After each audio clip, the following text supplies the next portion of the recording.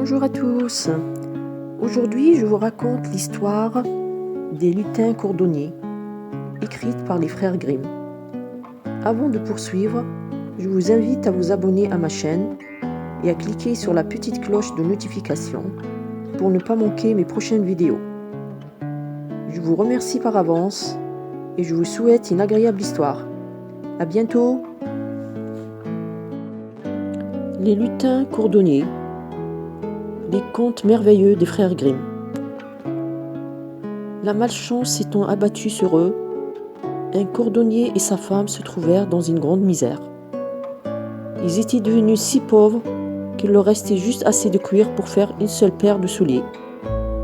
Ce soir-là, le cordonnier tailla donc sa dernière paire de chaussures et il posa sur son établi les pièces qu'il comptait coudre le lendemain.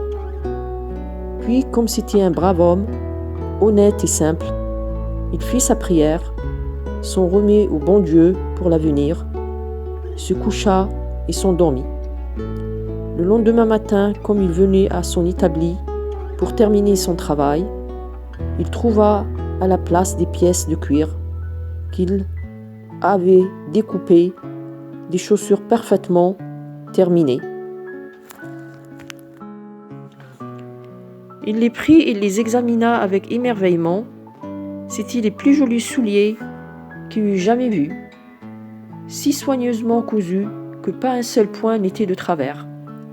Le cordonnier les contemplait encore lorsqu'un client entra.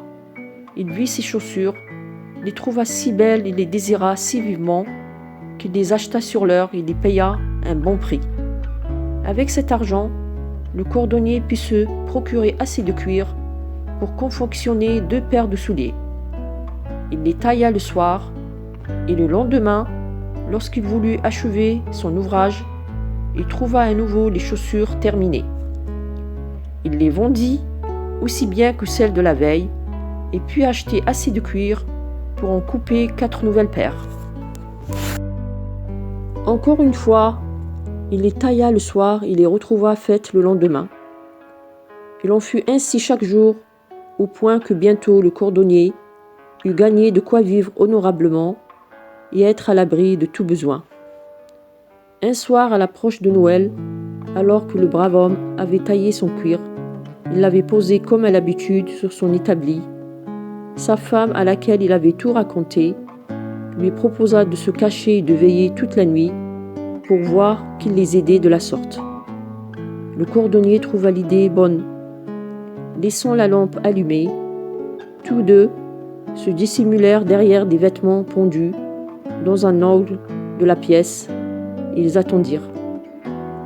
L'horloge sonnait minuit lorsque la porte s'ouvrit doucement et qu'entrèrent 2 gracieux petits lutins, nus comme des vers.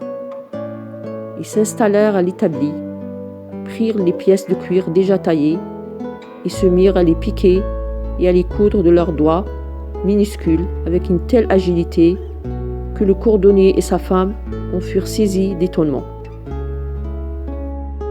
Les lutins ne s'arrêtèrent de travailler que lorsque tout l'ouvrage fut terminé. Ayant posé les souliers sur l'établi, ils disparurent.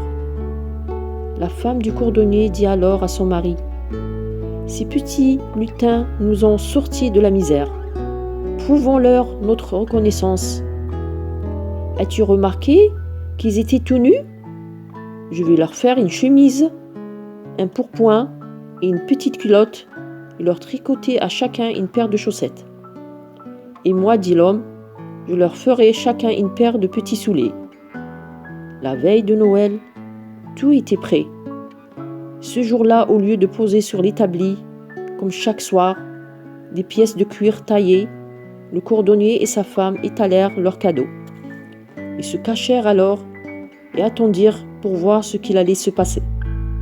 À minuit, les lutins arrivèrent en sautillant et voulurent se mettre au travail. Mais à la place des morceaux de cuir, ils trouvèrent les petits habits. Ils eurent d'abord l'air très surpris, puis ils sautèrent et gambadèrent de joie. Et ils s'habillèrent en dansant. Tout en s'habillant, ils chantaient gaiement. Nous voilà beaux, nous voilà élégants. Pourquoi rester cordonnier plus longtemps?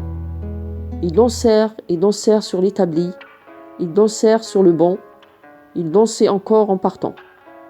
De ce jour-là, nul ne les revit.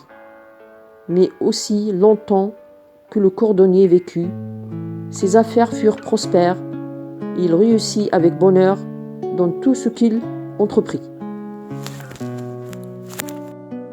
J'espère que cette histoire vous a plu.